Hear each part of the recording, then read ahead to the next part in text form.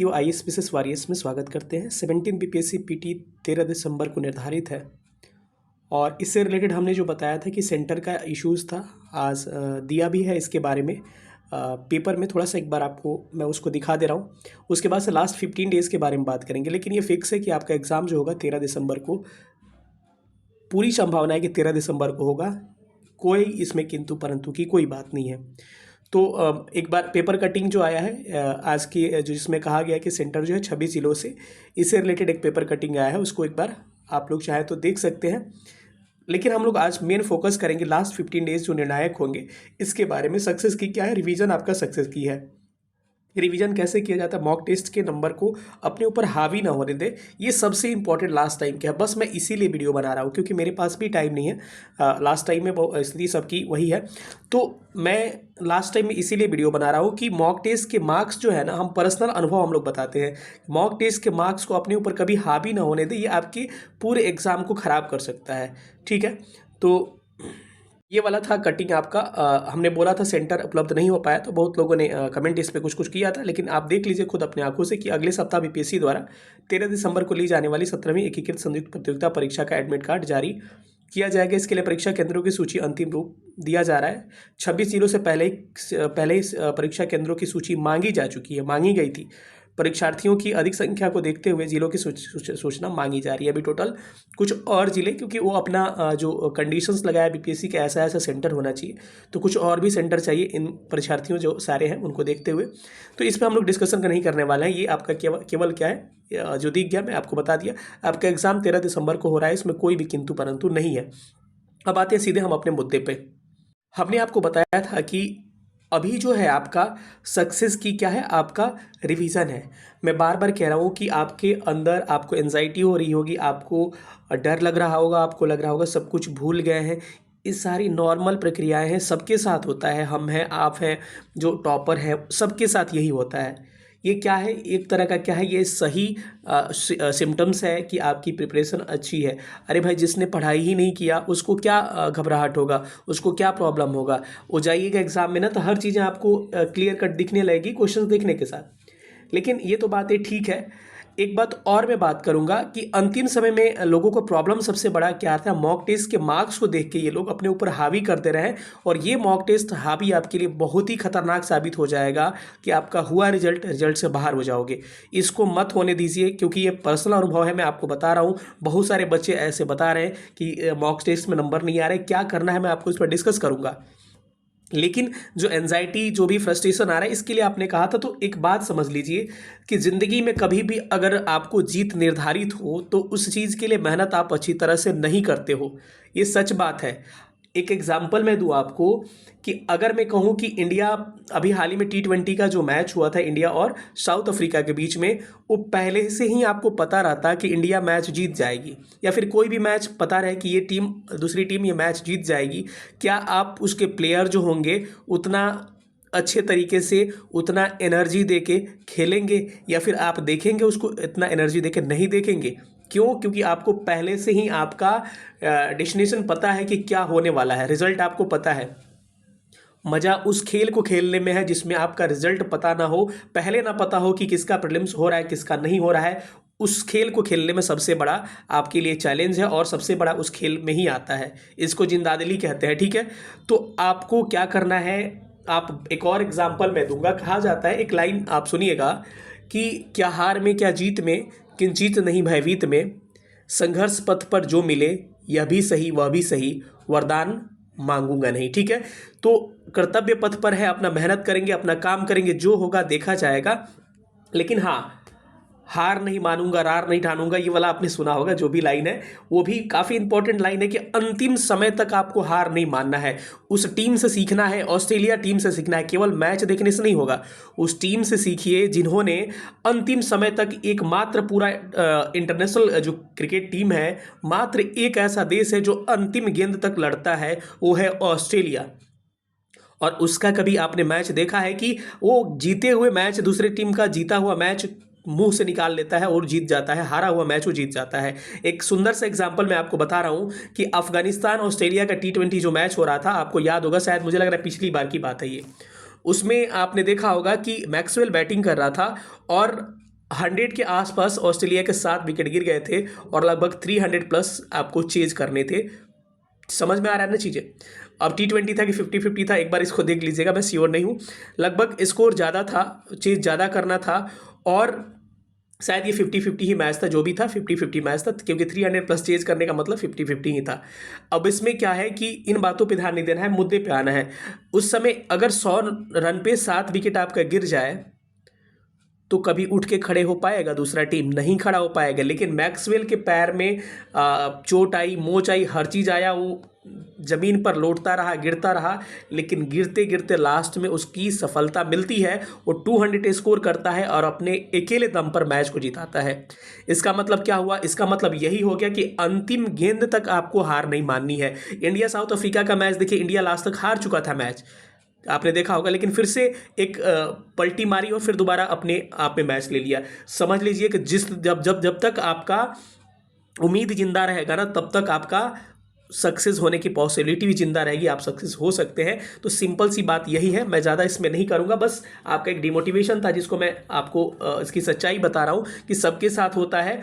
Last तक आपको डटे रहना है। ये 100 रन पे 7 विकेट का मतलब समझ रहे हैं कि मॉक टेस्ट में 50 आ गया, 55 आ गया, ये है, इतना कम है। इसको पहुंचाना है 80, 85, 90, 100 तक पहुंचाना है, ये आप समझ गया। तो आपको बैटिंग करना पड़ेगा और ये मात्र 15 दिन के बैटिंग में आप इस स्कोर को अचीव कर सकते हैं। तो ये जो इंटीमेशन है दोनों लोगों के लिए है। या तो देखिए कई तरह के लोग हैं, या तो मॉक टेस्ट में बहुत ही कम नंबर आ रहा है किसी के एवरेज मार्क्स आ रहे हैं और किसी के अच्छे मार्क्स आ रहे हैं। अच्छे मार्क्स वाले को भी ज़्यादा उड़ना नहीं है, क्योंकि एग्ज़ाम का दिन भी आपका निर्णय करता है, और कम मार्क्स वाले को भी हटना नहीं है, क्योंकि एग्ज़ाम का दिन सबसे बड़ा इंपॉर्टेंट होता है। क्योंकि कम मार्क्स, मॉक टेस्ट में कम मार्क्स वाले का भी कभी कभी रिजल्ट हो जाता है। सिंपल सी बात यही है कि अभी प्रॉब्लम सबसे बड़ी आ रही है और सबसे बड़ा इश्यूज बच्चों के साथ ये आ रही है कि मॉक टेस्ट में सर नंबर कम आ रहा है, और जब अपने आप पे इस चीज़ को हावी कर लीजिएगा ना, तो आपकी पढ़ाई 1-2 दिन तक बिल्कुल नहीं होगी, क्योंकि आपको लगेगा कि यार इसका कोई फ़ायदा नहीं है, हम नहीं कर पाएंगे, मेरे से नहीं होगा, सारा मेहनत बर्बाद हो जाएगा। यकीन मानिए मेरे भाई साथियों कि ये बातें बिल्कुल गलत है। आप रिजल्ट में हो, 15 दिन में आप कहाँ से कहाँ चले जाओगे आप नहीं सोच सकते हो। हाँ, बशर्ते आपने पहले पढ़ाई किया है। आपको क्या करना है, बस रिवीजन करना है उन चीज़ों को। इस मॉक टेस्ट के नंबर को हावी नहीं होना देना है। या तो बंद कर दीजिए मॉक टेस्ट, या फिर 1-2 मॉक टेस्ट दे दीजिए। 30 नवंबर के बाद से नो मॉक टेस्ट, ठीक है।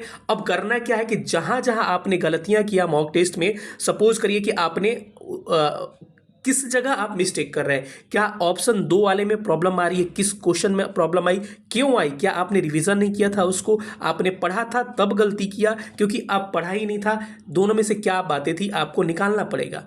या फिर हो सकता है कि आपने एलिमिनेशन मेथड अच्छा से यूज़ नहीं किया, वो प्रश्न को बना सकते थे। मुझे ऐसा लग रहा है कि सारे मॉक टेस्ट में आपके पास 10-15 क्वेश्चंस ऐसे आ रहे होंगे जो कि आपके प्रश्न वो आते होंगे, लेकिन आप बिना रिवीजन की वजह से, लैक ऑफ रिवीजन की वजह से उस प्रश्न को आपने गलत कर दिया, ठीक है। तो क्यों ना यार रिवीजन करें, रिवीजन आपके मार्क्स को बढ़ा सकता है। आप रिजल्ट में हो, अभी 60 से 70 नंबर भी जिसका आ रहा है ना, इस मार्केट का सारे टेस्ट सीरीज जो है एग्जाम के लेवल से सारे, अरे भाई मॉक टेस्ट वाला टेस्ट सीरीज आपको नहीं आएगा एग्जाम में, ये ध्यान रखिएगा। जितने एग्जाम के मॉक टेस्ट आपको दिख रहे हैं ना, चाहे जो भी हो जाएगा, एडिटेरिया हो गया, दृष्टि हो गया, आस्था हो गया, आपका कंसेप्ट वाला बीपीएससी कंसेप्ट वाला हो गया, या फिर आपका जो भी आपका परफेक्शन आईएएस का हो गया, केजीएस का हो गया, जितने भी मॉक टेस्ट आप देख रहे हैं ना, सारे एग्जाम पैटर्न के लेवल से ऊपर है। सारा एग्जाम पैटर्न के लेवल से आपका एग्जाम का पेपर इजी टू मॉडरेट होता है। मॉडरेट, इजी टू मॉडरेट का मतलब आसान पेपर नहीं हुआ, कुछ ठीक ठाक प्रश्न, कुछ आसान प्रश्न, लेकिन सारे जितने टेस्ट आप देख रहे हैं सारा मॉडरेट टू टफ बनाया गया इस बार 69 को पेपर को देखते हुए। लेकिन इस बार सीटें ज़्यादा हैं और चीज़ें बदलेंगी, इसको उम्मीद पाल कर रखिए, मैं कह रहा हूँ। और एग्ज़ाम के बाद से फिर से मैं मिलूँगा आपसे कि पेपर में अंतर देखने को मिलेगा। ये मॉक टेस्ट वाला पेपर आपके एग्ज़ाम में नहीं आ रहा है, बस आपको एक ही काम करना है कि चीज़ों को रिवाइज करना है। मॉक टेस्ट में जहाँ गलतियाँ की, क्यों गलती हुआ वो प्रश्न, उस पर आपको मंथन करना है, उस पर काम करना है, ना कि मॉक टेस्ट को नंबर को लेकर रोना है। ठीक है। अभी आपके ऊपर सबसे बड़ा इश्यूज है ना कि टेस्ट के मार्क्स जो होंगे ना, ये अपने ऊपर हावी करके इसको अपने आप को बर्बाद कर दीजिएगा। पता चलेगा कट ऑफ 80 ही गया, आपका 78 मार्क्स आया। अगर लैक ऑफ रिवीजन, इसी मॉक टेस्ट के टेंशन में लैक ऑफ रिवीजन हुआ, आपका रिजल्ट रुक गया 2 मार्क्स से, फिर रोते रह जाओगे। कभी भी रिजल्ट इंसान का रुकता है तो आपके रिवीजन जो है, प्रश्न आता हुआ गलती करते हो जिसके कारण आपका रिजल्ट रुकता है। ठीक है, आते हुए प्रश्न जो गलती करते हैं, मिस्टेक होता है, इसको ह्यूमन एरर कहते हैं, क्योंकि अगर नहीं होगा तो भगवान बन जाएंगे। लेकिन उसको मिनिमाइज करिए ना, जहां 10 कर रहे हैं वहां पे 2 करिए, 3 करिए, चलेगा। समझ में आ रही है मेरी बातें? ये ध्यान रखिएगा कि टेस्ट के मार्क्स को अपने ऊपर हावी ना होने दें और आत्मविश्वास बनाए रखें, कॉन्फिडेंस बनाए रखें। सबकी मार्केट में वही स्थिति है जो आपकी है। सक्सेस की बस एक है, आपका रिवीजन। इसके अलावा कोई आपको सफलता नहीं दिला सकता है। और आखिरी टाइम में सारे टॉपिक से अगर गो थ्रू ठीक से हो लिए तो मैं आपको कह रहा हूँ कि आपका प्रीलिम्स कोई नहीं रोक सकता है। ये मेरा चैलेंज है। लेकिन सारे टॉपिक से गो थ्रू होना चाहिए। सारा टॉपिक लगे कि हाँ यार, इसको इस यहाँ पे हमने पढ़ा था, इसको यहाँ पे पढ़ा था, इस टाइप का। समझ रहे हैं मेरी बातें? आपको समझ में आ रही होगी। तो सारे टॉपिक से आपको गो थ्रू होना है। कैसे होना है इसका मैं तरीका बता रहा हूँ आपको। सबसे पहले करंट पे बात कीजिए, करंट पे फोकस करना है। और अभी लास्ट समय में आपने जितनी भी मैगजीन पढ़ी है सबको होल्ड करना है और केवल एक मैगजीन जो भी आपको अच्छा लगे, एडिटोरिया हो गया, आपका स्पीडी, जो भी आपको अच्छा लगे, दृष्टि हो गया, जो भी हो गया, घटनासार, जो भी आपको अच्छा लगे, क्रॉनिकल, एक को फिक्स करना है। और पीवाईक्यू क्वेश्चन देखना है करंट अफेयर्स के कि कैसे पूछे गए हैं। फुटबॉल आपको फीफा का कुछ गेम से रिलेटेड सवाल पूछा गया है कि किसे फुटबॉल ऑफ द ईयर घोषित किया गया, तो इस बार का देखिए कि हाँ उस टॉपिक को कवर करिए करंट अफेयर से, एनालिसिस करके पढ़ना पड़ेगा अब। यही सबसे बड़ा मूल मंत्र है आपके लिए।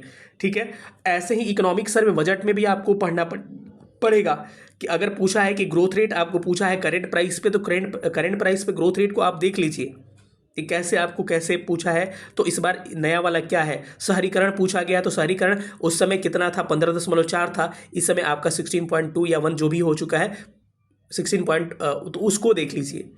ठीक है, इस तरह से हमारी जीडीपी कितनी है, ग्रोथ रेट प्राइमरी सेक्टर का पूछा है तो तीनों सेक्टर का ग्रोथ रेट देख लेंगे कि प्राइमरी, सेकेंडरी और टर्शियरी सेक्टर में ग्रोथ रेट कितना है हमारा। हम ये देख सकते हैं कि राजकोषीय घाटा हमारा, फिस्कल डिफिसिट कितना है इस बार का, उसकी राशि भी याद रखनी है, उसकी प्रतिशत भी याद रखनी है, उसका इकोनॉमिक सर्वे बजट से ध्यान रखनी है, उसका बजट से भी ध्यान रखना है, इकोनॉमिक सर्वे से भी ध्यान रखना है, इंडिया का भी ध्यान रखना है, बिहार का भी ध्यान रखना है। तो पीवाईक्यू से एनालिसिस करके ऐसे पढ़ाई करिए। फॉरेस्ट रिपोर्ट पूछा गया है तो पूछा गया कि बिहार के कितने प्रतिशत क्षेत्रफल पे वन है, तो उसका एनालिसिस करिए कि इस बार फॉरेस्ट रिपोर्ट 2021 में, वो तो पिछला वाला ही हो जाएगा क्योंकि सब पुराना ही चल रहा है अभी, तो इस बार कितना है, तो 21 वाला ही डाटा इस बार भी है, तो ज़्यादा इश्यूज नहीं होगा। कहाँ पे फॉरेस्ट कवर ज़्यादा है, किस जिले में है, तो कैमूर में ज़्यादा है, किस जिले में कम है, कितना कमी, सबसे ज़्यादा कमी कहाँ हुआ है, सबसे अधिक बढ़ोतरी कहाँ हुआ है, किस आपको जिले में आपके पतझड़ बन पाए जाते हैं, किसमें कौन से, इस तरह के आपके जो टॉपिक्स पूछे गए हैं एक बार उसको एनालाइज करिए। हो सकता है वीडियो लंबी हो जाए लेकिन मैं एकदम रियल सारी बातें कर रहा हूँ। उम्मीद करिए कि मैं जो यकीन करिए कि अगर मैं जितना बता रहा हूँ करिए, नहीं फ़ायदा होगा तो हमसे कहिएगा। ऐसे ही सारे करेंट का टॉपिक या फिर सेंसेस वगैरह हो गए, सारे आपको देखना है, पहली बात। दूसरा सेक्शन आपका एस्थेटिक का हो गया। एस्थेटिक का कोई भी बुक्स मैं नहीं बताऊंगा, ना कोई आपको क्वेश्चन बैंक बताऊंगा। बस आपको क्या करना है कि एस्थेटिक का जो टॉपिक आपने जहां से पढ़ा है अभी, हाँ ये करंट वाला चीज़ है ना, इसका एमसीक्यू अलग से आप देख सकते हैं। जैसे कि आप एमसीक्यू प्रैक्टिस करिए, इसका फ़ायदा होगा। मैंने 2025 एडिटोरिया का एमसीक्यू डाल रखा है जिसमें 750 क्वेश्चन है, बिहार और आपको भारत, दोनों नेशनल का, दोनों का मैं क्या करूँगा, आपका नीचे पिन कमेंट में लिंक दे रहा हूँ, उसको देखना था। एमसीक्यू जब आपको ऐसे नहीं, पढ़ते टाइम नहीं, जब भी आपको लगे कि फ्रस्ट्रेशन फील हो रहा है, पढ़ने का मन नहीं कर रहा, उस समय क्या करिए, उठाइए और 50 क्वेश्चन देख लीजिए, ऐसे देखिए उसको। लेकिन हाँ, एक मैगजीन पर आपका पकड़ होना चाहिए। अब हमने कहा कि स्टैटिक पार्ट को आप कैसे कवर करिएगा, तो टॉपिक रिवाइज थ्रू पीवाईक्यू करना पड़ेगा आपको एनालिसिस करना पड़ेगा कि अगर पूछा है आपका कोई टॉपिक, मानिए कि मैं एग्जांपल देके पूछ रहा हूँ कि अगर कोई टॉपिक पूछा है, सपोज करिए कि मुजफ्फरपुर बम कांड के बारे में पूछा है, या फिर छोड़िए ये लंबा टॉपिक, छोटा टॉपिक है, इसको नहीं लेते हैं। सपोज करिए कि आपको पूछा है कि कॉन्स्टिट्यूशनल जो सोर्सेज है, जैसे कि संवैधानिक जो सोर्सेज है, कि किस देश से क्या लिया गया है, समझ रहे हैं ना, कि स्विट्जरलैंड से क्या लिया गया है, कंकरेंट लिस्ट कहाँ से लिया गया है।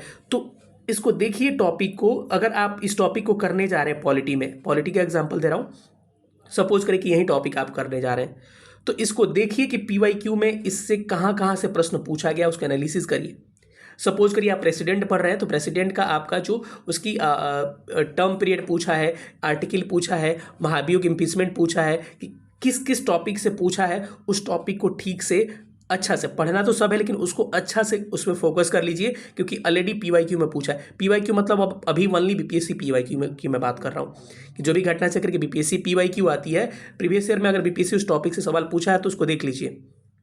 फंडामेंटल राइट से अगर पूछा है सवाल तो उसको देख लीजिए कि आपका पूछा है कि स्वतंत्रता का अधिकार, राइट टू फ्रीडम जो है आपको किस आर्टिकल से किस आर्टिकल तक है, तो उससे वैसे टॉपिक को सारा आर्टिकल एक बार देख लीजिए कहाँ से कौन कौन सा है, वैसे टॉपिक आपके रिवाइज हो सकते हैं। सबसे बड़ा यही चीज़ बताना था कि पीवाईक्यू को देखते हुए किसी भी टॉपिक को रिवीजन करिए, जहाँ से भी करिए। ये अब आपकी प्रॉब्लम है, क्योंकि ऑलरेडी मैं पहले बहुत सारी चीज़ें बता चुका हूँ। टॉपिक जहाँ से भी रिवीजन करिए, लेकिन उस टॉपिक को पढ़ने से पहले पीवाईक्यू देख लीजिए कि उस टॉपिक से क्या बीपीएससी पूछा है, उसको नहीं छोड़ना है। समझ में आ गया? लास्ट में मोटिवेटेड रहिए, कोई दिक्कत नहीं है। आपको 15 घंटा 20 घंटा नहीं पढ़ना है, नॉर्मल पढ़ाई करिए और अपने टाइम को सही से यूटिलाइज़ करिए। बस इतना ही था। अब हम वीडियो लंबी हो जाएगी, लगभग 16 मिनट का वीडियो हो गया। मिलेंगे अगले सेशन में। कोई भी आपकी प्रतिक्रिया अगर है तो आपको कमेंट सेक्शन में ज़रूर बताइए। प्रतियोगिता दर्पण वाला जो इशू है आपका, मेरे पास कंटेंट पड़ा हुआ है, लेकिन कोई टाइप करने वाला भी है नहीं, क्योंकि जिससे हम टाइप करवाते हैं उनका भी एग्जाम है, इशू है। मेरे साथ यही प्रॉब्लम है यार, सारा क्वेश्चन बना के मैं रखा हूँ टोटल जनवरी तक, लेकिन कोई टाइपिंग वाला नहीं है। अब इशू यही आ रहा है, तो मैं वहाँ तक होल्ड करके रखा हूँ, देखता हूँ होगा तो करेंगे, नहीं तो उसी उतना को मर्ज कर देंगे, ठीक है। बाकी इकोनॉमिक सर्वे बजट पे भी हम कहें कोशिश कर रहे हैं, क्योंकि आप भी सोच रहे हैं कि मेरी तबीयत भी ठीक नहीं है और बहुत सारे बिजी शेड्यूल है। मैं कोशिश करूंगा जितना मेरे से हो सकेगा मैं ज़रूर करूंगा, ठीक है। मिलेंगे अगले सेशन में। अपना प्यार ऐसे ही बनाए रखिए और पूरा मोटिवेटेड रहिए और अच्छे से पढ़ाई करके अपने माँ बाप के सपने को साकार करिए, क्योंकि कल आपने देखा था कि हिंदी मीडियम का रैंक 1 टॉपर इस बार हुआ है। ये आपके लिए पॉजिटिव चीज़ है। इंग्लिश मीडियम से भी जैसे रिजल्ट बहुत ज़्यादा होते थे, इस बार भी हुआ है, लेकिन टॉप 10 में ठीक ठाक हिंदी मीडियम का स्टूडेंट है, तो ये आपके लिए मोटिवेशन चीज़ है, हिंदी मीडियम जो हिंदी बेल्ट का स्टूडेंट है। थैंक यू सेशन देखने के लिए बहुत बहुत धन्यवाद। Thank you so much. जय हिंद।